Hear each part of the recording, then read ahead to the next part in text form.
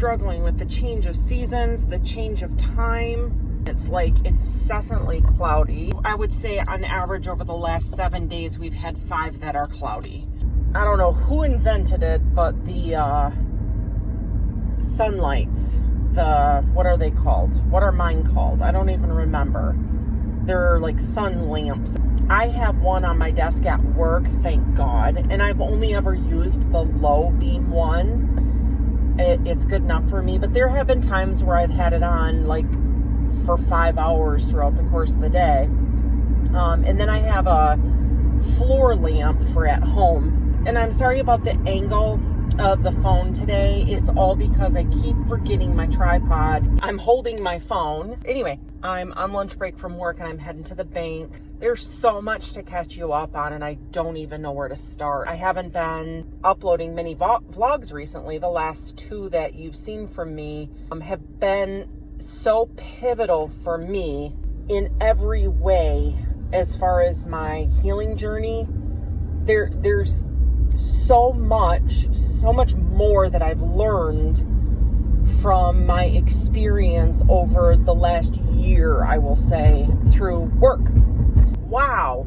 See what I mean by a break in the clouds? That kind of thing is a huge blessing. Wow. Oh, the warmth and energy of that little tiny thing.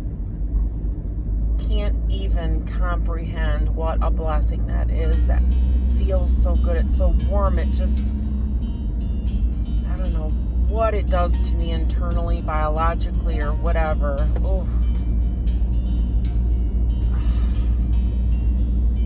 I love that. Oh, that is sweet. I feel like a dog who's getting their back scratched in just the right spot. Like my right eye is twitching and like my legs going, oh my word.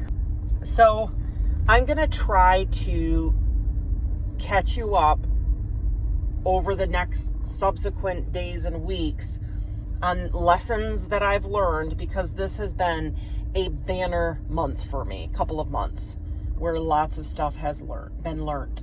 Well, I'm all done at the bank now. That went a lot quicker than I thought it would. While I'm on the topic of going to the bank, one of the things that I've learned that I do is I do things for people out of the kindness of my heart without thinking anything of the potential for return. And that's me just being a person with a good heart. I don't usually go into any situation with people, with work, with regards to my family, thinking, what can I get out of this? Like, I'm going to do this thing. What am I going to get in return? Like, I don't even look at going to my job as what I'm going to get in return, like my paycheck and my benefits. Every once in a while, I'm reminded of them and I'm like, oh yeah, cool. I get a lot of great benefits. That's great. That's great. You know, thank God I don't have to pay for that medical bill or whatever. And I'm super grateful, and I think about my retirement and whew, you know. And then my husband will remind me, oh yeah, you know, it's a good thing it was payday this week because we owe this bill or that bill or whatever. And I'm like, I totally forget that I'm supporting my family. My husband takes care of the bills. I don't do any of that stuff. So like, I'm happy to bring home the money, but I pay no attention to it. He tells me, you know, whether or not I'm making enough money for us. But the thing is, it's kind of crazy because I kind of lucked out with regards to my husband. Like, I fell in love with him, and he's first thing that attracted him to me is I thought he was good looking. But then I found out he was a really nice guy, and we knew each other in high school, but then it just morphed from there. I really got fortunate, though. I never, when I was younger, thought about things like the fact that he's just a genuinely good person. Anyway, totally going down a rabbit hole. And the whole point I was getting ready to say is I don't go into most encounters with people in any given situation and think to myself, I'm going to do this thing only if I get something in return. Like, I just do what I'm supposed to do, if that makes sense. Sometimes I don't do what I'm supposed to do and I screw up. But in most situations, if I see a need, I just do it. Like going to the bank. I've worked for this organization for 3 years, and I've always just taken the deposit to the bank, which on average year round, because obviously in summer I'm going a lot more than in the winter, I would say 3 to 4 times a week. But my point being, I've never submitted a mileage report for that. I've always taken my lunch, and I've started my timer for my lunch after I leave the bank, but I've never submitted a mileage report for going to the bank. And when it came time for me to do my performance review and ask for the raise and all this stuff that I've been dealing with the last couple months, I found myself getting resentful because, oh my gosh, I go to the bank and do you realize I do all this stuff for you and you don't realize what I do for you. I do all this stuff and you have no clue, and I just do it out of the kindness of my heart, and I've never thought about it. It's my husband who brought it to my attention that I should probably be submitting a mileage report. And I have not done it this whole time because I didn't think it was significant enough.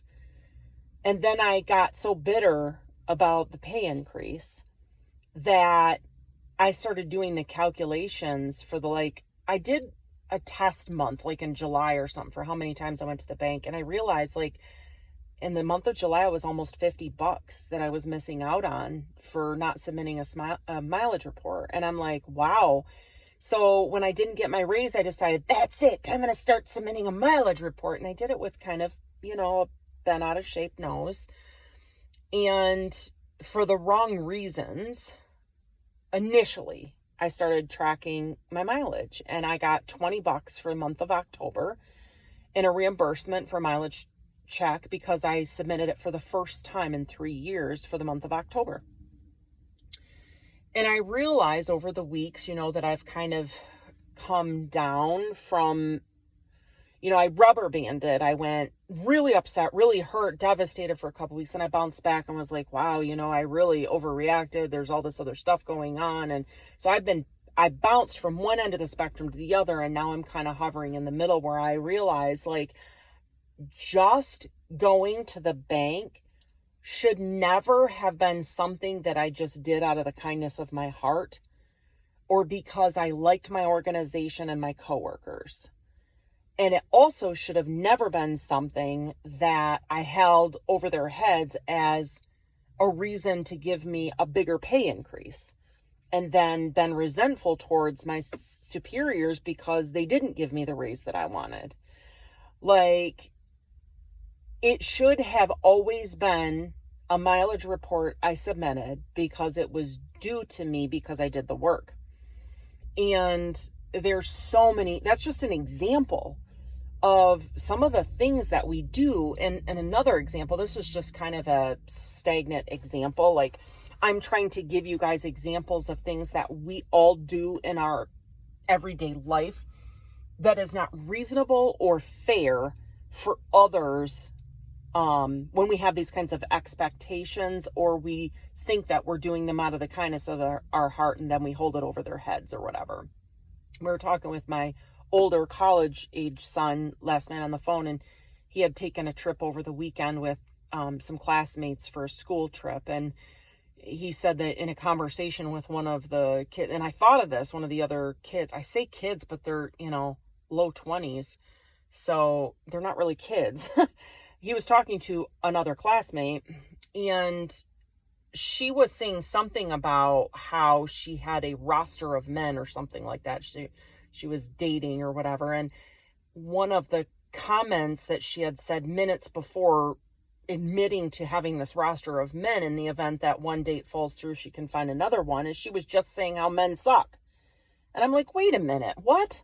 Now, granted, I'm the mother of boys, so of course I'm going to be defensive about this. But listen up, ladies. You can't do that.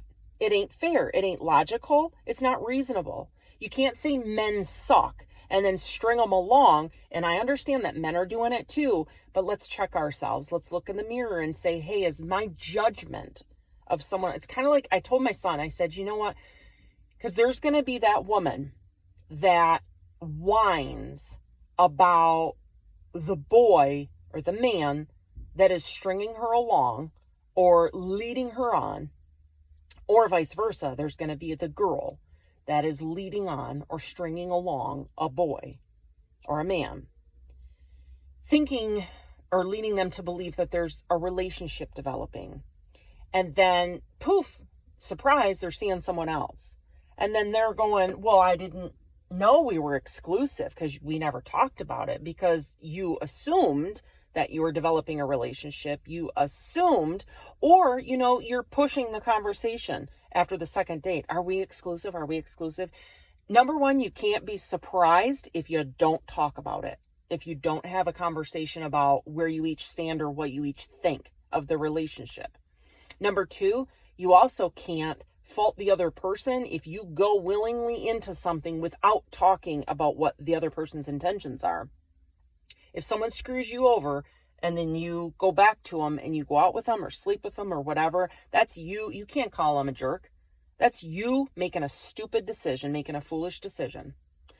And that's my 2 cents today. I know it's not grand, but I've got a lot more lessons that I've learned to share with you guys over the last couple months. It's probably been the most eye-awakening couple of months since I started healing. I know I've said that a few times, like, oh, this huge lesson I learned. Oh, this huge lesson.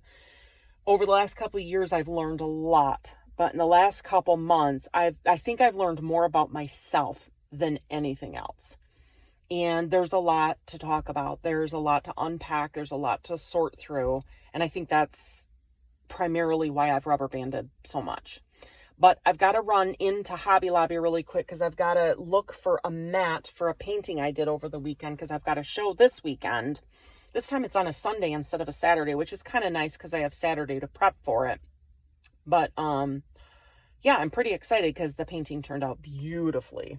I've got a lot more, like I said, to share, but hopefully this little tidbit is a starting point, because I have fallen way behind with my vlogs and I've got a lot of catching up to do. So have an awesome day, guys, and I'll see you next time. Bye.